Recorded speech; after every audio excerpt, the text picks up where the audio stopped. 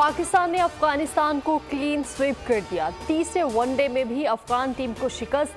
कौमी टीम ने पहले खेलते हुए 268 रन बनाए। पाकिस्तान की जानिब से मोहम्मद रिजवान ने 67 और बाबर आजम ने 60 रन की इनिंग्स खेली। आगा सलमान ने 38, मोहम्मद नवाज ने 30, फखर जमान ने 27 रन बनाए। अफगान टीम 49वें ओवर में 209 रन पर आउट हो गई। शादाब खान ने 3 विकेटें हासिल की। पाकिस्तान वनडे रैंकिंग में पहली पोजीशन पर आ गया। वर्ल्ड क्रिकेट ब्लाइंड गेम्स में पाकिस्तान ने भारत को हरा दिया। बर्मिंघम में खेले गए फाइनल मैच में भारत ने 20 ओवर्स में 3 विकेटों के नुकसान पर 184 रन बनाए। कौमी ब्लाइंड टीम ने हदफ 15 ओवर्स में 2 विकेटों के नुकसान पर पूरा कर लिया। इवेंट में पाकिस्तानी क्रिकेट टीम नाकाबिले शिकस्त रही। फाइनल जीतकर गोल्ड मेडल जीत लिया।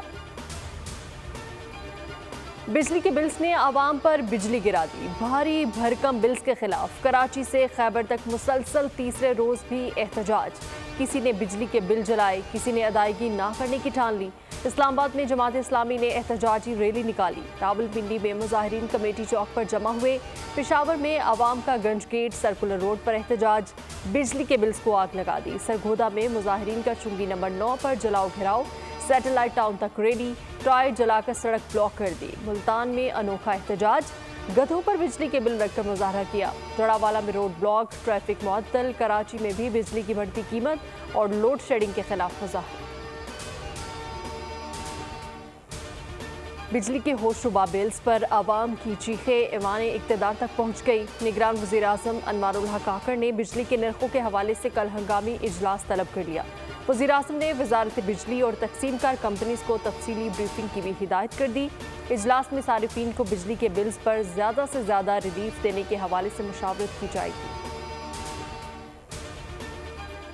बिजली का बिल या फिर आवाम की जेबों पर डाका, सारिफीन को बिजली की एक नहीं कई कीमतों का सामना है। फ्यूल प्राइस एडजस्टमेंट के नाम पर ईंधन की कीमत में रद्दोबदल की वसूली, फाइनेंसिंग कास्ट सरचार्ज की मद में फी यूनिट 43 पैसे हथियाए जाने लगे। क्वार्टरली टैरिफ एडजस्टमेंट की मद में भी जेबों पर डाका। सबसे ज़्यादा जनरल सेल्स टैक्स की मद में 18% वसूली। बिल्स के जरिए इनकम टैक्स भी लिया जाने लगा।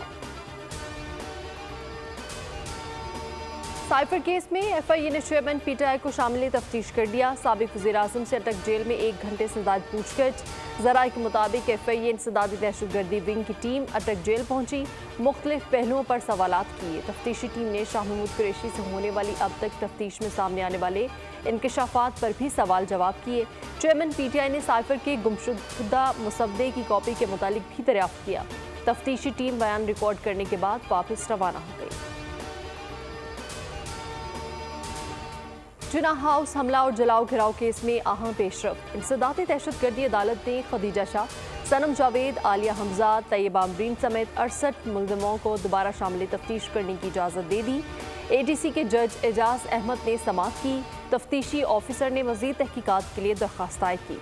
मुकदमे में बगावत, जंग छेड़ने और फसादात फैलाने की दफात शामिल हैं।